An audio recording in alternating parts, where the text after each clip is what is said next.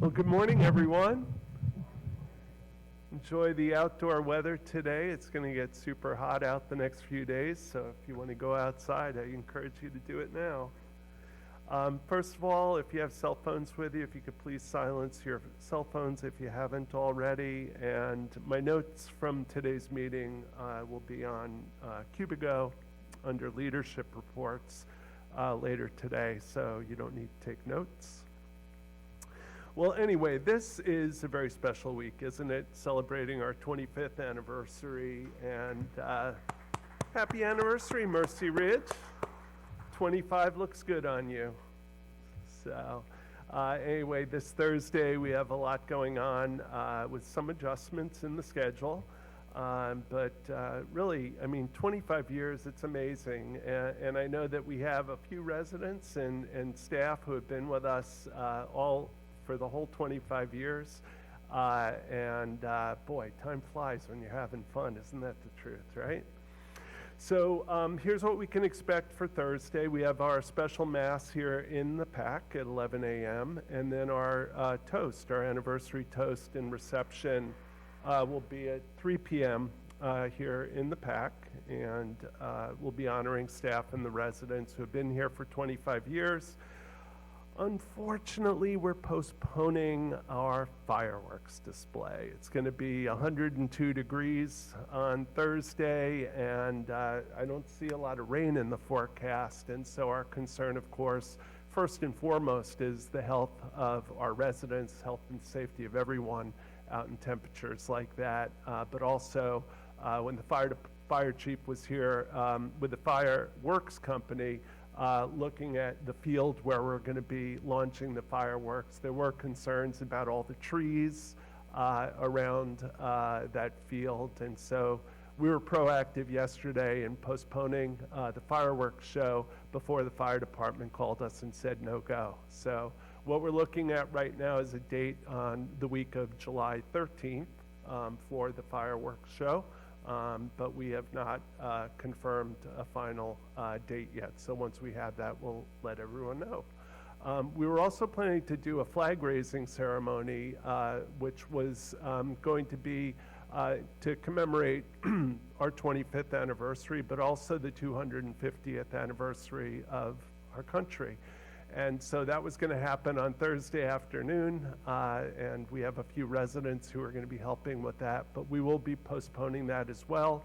Obviously, that was going to be at 2:15 in the heat of the day, and that wouldn't have worked. So that could possibly be rescheduled for next Tuesday afternoon at the soonest. All right, but we do have other things planned this week, and I saw a lot of people enjoying the breakfast yesterday, so it was great to see so many of our residents out enjoying the breakfast. So, you know, this anniversary is not just about our building, Mercy Ridge, turning 25. It's really about all the people who have built this community's reputation and have really contributed to our ongoing success, one day at a time. During this past quarter century. So last Thursday, we had our employee town hall meeting, and we recognized 9 employees who are celebrating 25 years of service with us this year. And one of them actually is celebrating 28 years with Mercy Ridge, and that's Patty Yingling, our director of marketing, who actually started, I think, when there was just a hole in the ground here when she was doing pre-sales for Mercy Ridge. So we have 3 employees who are working in St. Stephen's Green and Dublin Court, resident assistants Lisa Davis, Marquita Henry, and Shawnee Player, and our wellness nurse extraordinaire, Michelle Hughes, Hote Lim in facility renovations, his sister Jenny Lim in culinary, in the kitchen, and Myra Murillo, our business office accounting specialist, and Paul DePasquale, our former transportation supervisor and currently a part-time driver. So hats off to all of them. It's amazing, a quarter century of service to Mercy Ridge. Think about all the hours that they've invested in serving our residents in the community. It's amazing. Beyond that, I always give an update on our occupancy, and Mercy Ridge continues to operate at near full capacity, which really just reflects the strength of the demand for Mercy Ridge, for our community, for the quality of life that we provide and the great value that we have living here at Mercy Ridge. So current occupancy, 97.3% in independent living, assisted living is at 97%, and memory care Dublin Court, 100%. So we're at 97% occupancy overall. All of our independent living apartments are spoken for. We have 9 reserved and none currently available. We have three move-ins and 6 move-outs in the month of June, and we still have a very strong wait list, which I think is really one of our most important organizational strengths, is the strength of our wait list. And it really allows us just to quickly manage the transitions when one resident moves out of Mercy Ridge, in order to get those entrance fees back to the resident's estate or to the family. It really helps us to have that strong wait list to just have people stepping right back in to fill these apartments as they become vacant. So it's really incredible that we do that with very limited external marketing. Mercy Ridge's marketing budget is very slim compared to most senior living communities. And I think that the one thing that really hasn't changed over the last 25 years is the incredibly strong referral network and wait list that I just mentioned. And our residents, all of you, are really the ones who have helped us to continually grow that wait list. And we currently today have well over 300 people who are looking to move into independent living. So I just want to thank you all and just say your good work means so much. It's so powerful in helping Mercy Ridge welcome new people to our community. So thank you for being ambassadors. Thank you for the tours that you do, dining with prospects, and just being general advocates for Mercy Ridge. You do a great work, and we couldn't do it without you. So thank you all, and for welcoming our new residents and making them feel at home just like you do is so important to help people through that transition. So thank you to all of you who do that. Mercy Ridge does benefit from social media reviews. I know that most people these days, before you go on a vacation or even go to a new restaurant or something, you're going online and reading reviews about the place that you're considering. And people do that these days as well for senior living communities. And so we and all the LCS communities have been on a push the last year to encourage people, both residents and employees and visitors as well, to write positive reviews about your experiences that you have at Mercy Ridge. So get the word out through social media. Most people, before they come to visit Mercy Ridge for the first time, whether they be future residents or future employees, are now looking at reviews to decide whether or not they even want to come check it out. So anything you and your friends can do to promote Mercy Ridge on Google reviews would be greatly appreciated. Thank you. I did want to just give a quick update on the master plan.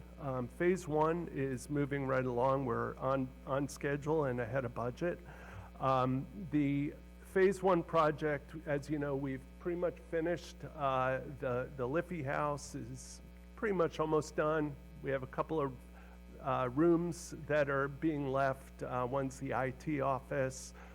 One is the chaplain space. And on the 7th floor, the space that's being used by Whiting Turner for their construction office. So we'll get to those rooms probably later on in the project.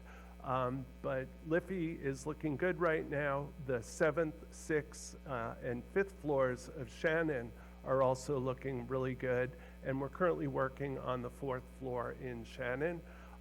We're looking at, I believe it's July 31st, as to when we're going to be putting the furniture and artwork and accessories on the 5th floor of Shannon.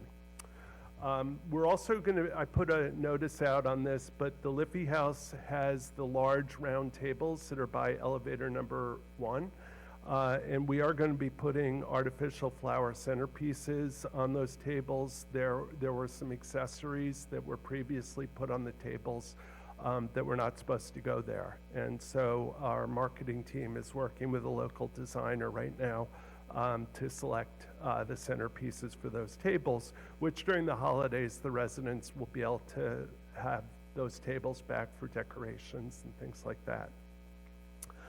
With regards to phase 2, which is essentially this Macaulay Commons area, we are essentially at the point where we've completed a schematic design based on an overall concept that we're looking at. And with the schematic design, as that process has progressed, we've been able to get construction pricing, market pricing, today versus what we originally were looking at 3 years ago when we came up with the budget for this project.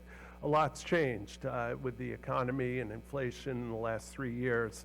And so while we haven't really changed the direction, the priorities of what we looked at in 2023 as far as the master plan scope, going through this schematic design process with all the different trades involved has really provided us with a clearer picture on what it's going to cost to do Project 2 in the way in which we want to do it. The other thing that we've brought into our scope is the Killarney House elevator situation. And so we are working diligently right now on getting a plan together for installing an additional elevator in the Killarney House, which would need to be done before we could do the modernization of the single elevator in Killarney, which is budgeted in fiscal year 2028. We just started fiscal year 2027. So there is a lot of work going on behind the scenes about the Killarney elevator and getting final pricing on that. So once we have all of this put together, and our board will need to review the revised budget for phase 2 because it is significant enough to warrant their approval. Once we have the approval, I'll be scheduling a meeting here in the PAC, which I anticipate I'll be able to schedule at least within the next several weeks. To give you a more detailed presentation on what phase 2 is conceptually going to look like. We've not gotten into any design detail on phase 2 at this point, so there's still work to be done on that once we get started. I plan on getting resident involvement in the design phase of phase 2. So it's coming. It's a little slower than expected because we need to ask for more money and have to review the elevator stuff. But we are moving forward on this and moving as quickly as we can. And I look forward to presenting to you our plans in the coming weeks. There were several things from the resident council meeting that we had earlier in June on the 4th that I just wanted to touch on. First, as everyone knows, if you haven't been over to the chapel lobby recently in Liffey, on June 15th, we replaced the 3 chairs that were not popular, the floral print upholstery chairs. I believe they are now fashionably in our Director of Facilities office. If you missed them, you can go take a look at them. But we were able to replace those 3 chairs with 4 chairs that were intended for use in Shannon House. We're reordering those chairs now, and I think it looks much better. Also, there was an issue that came up at resident council about the trash room cleaning and recycling. We have notices on the trash room doors now, but we did want to ask everyone to please rinse out any items that have food residue on them for recyclable items before you throw them into the recycling bin. And just making sure that we're properly separating the recyclables from trash. It's an ongoing quest that we have to straighten that out. So also I wanted to let you know we are forming a work group for independent living emergency preparedness. We've come up with a draft guide. I've been talking about this at the safety committee with staff and also at the building maintenance committee with the residents. And so if you're interested in working with us, I am looking for a few resident representatives to work with our staff. Since this will affect all of you in independent living, we want to get your voice in the plan as well. So we'll be scheduling that in July. If you have an interest in participating, please give me a call or shoot me an email. And then I also wanted to introduce Cassidy Cashman. Cassidy has joined our team as our new community liaison social worker. She is following in Emma Steele's footsteps, and interestingly, Emma was Cassidy's resident assistant, her RA in college. So that's how we know, how we found Cassidy. And I heard she was very good. She didn't cause any problems for Emma in that dormitory. So we're really excited to have Cassidy with us. She's been training this week with Rashida Jones and with Kelly Kratz. As always, full responses to all of the items that came out of the last resident council meeting will be documented in my report to the council in July. And all of those reports are available on Cubigo. My reports under leadership reports and the council minutes are also on Cubigo and in the library. Yesterday I put out some information on Cubigo regarding the heat wave this week, and I want to encourage everyone to please read it over. It's really important if you're going to be going outside at all during the heat wave. Please be mindful of the information that I posted. The information is on Cubigo under Health and Wellness section, and please stay cool. There's also some things in there that you can do to help us during the peak heat of the day from 11 a.m. to 6 p.m. with keeping your blinds closed if the sun is shining into your home, which will reduce the greenhouse effect of the sun in your home. And also looking at the setting on your air conditioning. So please read the memo. Again, it's on Cubigo under Health and Wellness. I sent out a memo a couple weeks ago about the cafe with people taking items from the continental breakfast and dinner. And I just wanted to reiterate here today that our cafe is really designed as a meal-a-day dining amenity. We offer a continental breakfast. Come in, have your breakfast. Come in the evening, have your dinner. It isn't really a personal pantry supplement.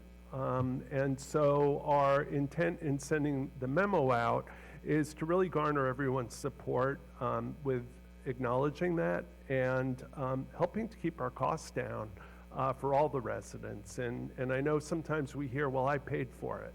Well, what we've planned is a meal a day. We didn't plan the cafe to be a supermarket. So it's really important we all have a hand in helping us maintain our costs or your costs to the lowest level we possibly can. So when we see things like this, it really requires a concerted effort on all of our parts to try to resolve it. And I have told dining that I will start following up with residents who are identified by staff or residents who are seen as being kind of chronic abusers, if you will, of the cafe. Enough on that soapbox. Looking ahead in dining, as you know, we're working on a new LCS Life Plus wellness program that we're launching in October, the week of October 5th. And the nutrition pillar, I think, is really exciting. There's essentially a whole pillar with Life Plus around nutrition. And LCS has been building the partnership with the Culinary Institute of America, which Michael Wagner is a graduate of, as well as Matthew Slater in the kitchen. And we're also looking at bringing more Mediterranean and other wellness forward menu influences that will really help with brain health and vitality. And so we're working already on looking at menus in anticipation of the rollout in October. And as we get closer to that date, you'll be getting more information about all this. So in closing, I just want to thank you all for your continued engagement. We're all partners here at Mercy Ridge in making it an unparalleled, remarkable community. Thank you for the feedback that we get always from you. Our eyes and ears can't be everywhere in the community, and so we really do appreciate everyone keeping us informed of things that you see that we need to improve upon.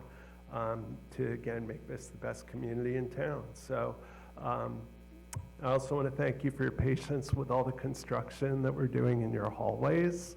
I know it's been a lot for you guys to contend with, and we're really fortunate. Whiting Turner's doing a great job with being very accommodating and understanding of the disruption that they're causing. So anyway, that's pretty much it for my remarks today. Thank you again for being here today, and we hope to see you this week at our various 25th anniversary events. And today, 2 o'clock here in the PAC, karaoke, rocking through the ages. So it should be a lot of fun. Thank you, Dwayne, for organizing our karaoke again, and happy birthday to you. He celebrated his birthday. I won't mention which one. It wasn't 27, he said, on Saturday. So anyways, Dwayne, that was our IT manager turning our lights out. Hello, Doug. Thank you. Welcome. All right, everyone. Happy 25th anniversary. Have a great day. Any questions? Dr. Sasamori. 1 second. She's bringing a mic. About the dining, when we have a dinner in cafe, we pay one price. Right. But I noticed some bistro, each item, I think they pay separate Right. price. A la carte. But then I noticed some bistro dining people come to cafe and pick up some salad.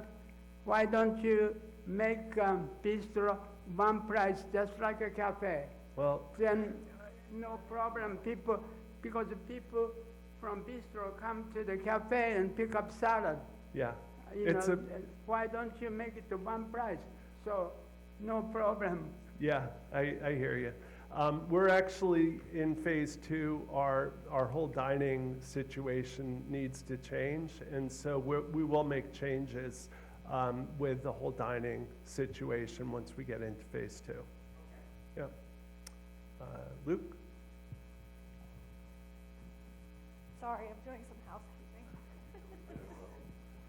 I would just like you to pass on to EA, thank you for those beautiful red roses that are in the lobby. Yeah, thank you, Luke. I will. Yes, Mike, EA is David's boss at LCS. my boss. Hi, in regard to the redo in Shannon, I live on the 7th floor, and I understand they're now down on the 4th floor. Correct. My question is, when would the restroom on the 7th floor be opened? We're going to open all the restrooms together, so they're all in the same stack, but I don't have a date yet as to when that's going to happen. So it will be months? I don't know. I don't know what the date is at the toilet. What is the reason for that? I don't know. They're still working. There's probably plumbing issues and things where they're all connected. I'm not sure. I'll find out. I'll put it in my report, okay? I'll add an addendum. You're welcome. Also, congratulations to Mary Pleviak. She won the raffle for St. All Stephen's right. Green open house yesterday. So congratulations to her. And also thank you to all who attended and hopefully enjoyed some Miss Twist ice cream Yeah. and Poe, the Ravens mascot. I think we had about 50 people come up to assisted living, so thank you all. It was a great event. Hey, John. Just curious, in the Liffey building, you said something about the chairs you were going to be replacing. Yeah, Is that being considered for all the No. lobbies? no, just the chapel elevator lobby. Yeah, Well, yeah, okay. yeah.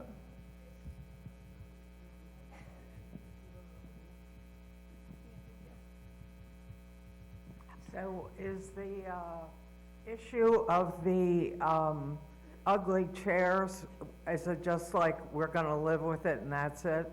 For right now, that's pretty much. In Liffey? Yeah, that's pretty much where we are at this point. Okay. Yep. And this is to follow up on the energy conservation during the heat wave. Can we put the temperature in the hallways up at least 5 degrees? It's freezing. Okay, I'll ask All the Brandon. hallways, it's, I'll talk to Brandon about it. okay, thank you. Thanks. Peg? Has a location for the Killarney elevator been determined yet? It's probably going to be over in the area of where the loading dock is, over where the recycling barrels are, the yellow barrels. Yeah, in that area. I don't have the details yet. It's still being engineered, frankly. But it won't be, you won't be able to see out when you're in the elevator, if that's what you mean. You won't be able to see the exterior, the grounds, yep. And that elevator, by the way, would be an elevator that goes from the top level, the 5th floor of Killarney, down to the 2nd floor, not to the 1st floor. So we have the other elevator that goes to the 1st floor, but that new elevator would not be able to go to the 1st floor because of what's underground there. So it's a civil engineering challenge to do this project anyway. And the other area that was an option for doing the elevator was actually identified prior to me getting here. In 2018, they had identified another area in Killarney House for an elevator that we vetted again this time. But it would have required that we take 5 apartments out of service, and all of the apartments are occupied, so that was not an option. So, I'm sorry. So if there were another situation to arise, the people on the 1st floor would need assistance getting up if both elevators, if the main elevator were out?